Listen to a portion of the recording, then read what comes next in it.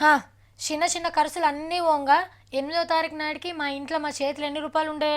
ఓ 800 ఉండే కరెక్టే. అవన్నీ 100 రూపాయల నోట్లే. మళ్ళీ ఇంకేముండే? బ్యాంకులో 5600 రూపాయలు. అవు. ఈ పైసలు చెల్లేని చెప్పంగానే ఏటీఎం కార్డు పెట్టి గీక్తే 3000 రూపాయల నోట్లే వచ్చినాయి. అవి ఏడ చెల్లాయి కాబట్టి 100 రూపాయల నోటుతోనే ఇలా తీసిన. ఇంకేం చేసిన? 3 రోజులకు బ్యాంకుకు పోయి ఇడిపిస్తే 2000 నోటు, ఇంకో 10 వందలు ఇచ్చిర్రు. అవి ఆడికాడికి అయిపోయినాయి. ఇంకా ఇవిట్లతోనే కదా నేను ఉప్పు, పప్పు, బియ్యం, మిరపకాయ, మాల్ మసాలా అన్నీ తెచ్చిన.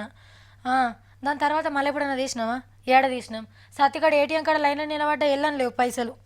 అంతే ఖర్చు. మీరేంటి గట్లా చూస్తుండ్రు? నేను మొత్తం వివరాలన్నీ రాసి పెట్టుకుంటున్నా.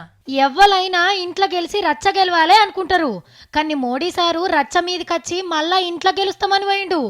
దేశంలో ఉన్న బీజేపీ ఎంపీలు ఎమ్మెల్యేలందరికీ ఒక ఆర్డర్ వేసిండు.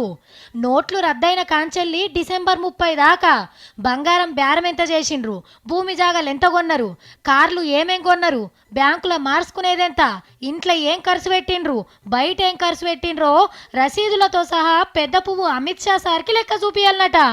మా పార్టోళ్ళకు కూడా తెలియకుండా నిర్ణయం చేసినా అని చెప్పుకునేందుకు అక్కడికి వస్తుంది అనుకున్నట్టున్నాడు. అయినా ఈ 50 రోజులు అందరికీ నోట్ల తిప్పలే ఉన్నాయి సారు. అట్లా కాకుండా ఓ 6 నెలల లెక్కలన్నీ బయట పెట్టమనుండ్రి, అస్సలు కథ ఏందో తెలుస్తుందని కేజ్రీవాల్ సార్ అడుగుతుండు. ఇంకో ముచ్చట సారు, ఎన్నికల సంఘానికి ఇచ్చే కాగితంలా ఒక లీడర్ ఏమో నాకు ఇల్లే లేదంటాడు, ఇంకొక అయినా నాకు డొక్కు కారు కూడా లేదంటాడు. బ్యాంకుల 10,000, బంగారం 4 తులాలే, అప్పులు 6 కోట్లున్నాయి, నేను బీద బికారిగాన్ని గరీబ్తనం వస్తున్నా అని రాసిస్తారు.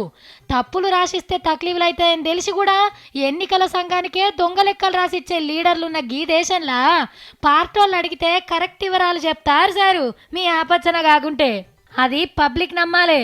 నోట్లు రద్దయినాక ఎవరేం కొన్నారో మాకు తెలియదు, కానీ మీ పార్టీ మహారాష్ట్ర ఎమ్మెల్యే మాత్రం కొడుకు పుట్టినరోజుకు 30-40 లక్షల విలువైన కారు కొనిచ్చిండు. 2000 కోసమే పబ్లిక్ గింతగానం గోసపడతా అంటే ఈయనకు గంత పైకం ఏడికెళ్ళొచ్చిందో మొదలు ఎంక్వైరీ చేపిస్తే మంచిగుంటుంది.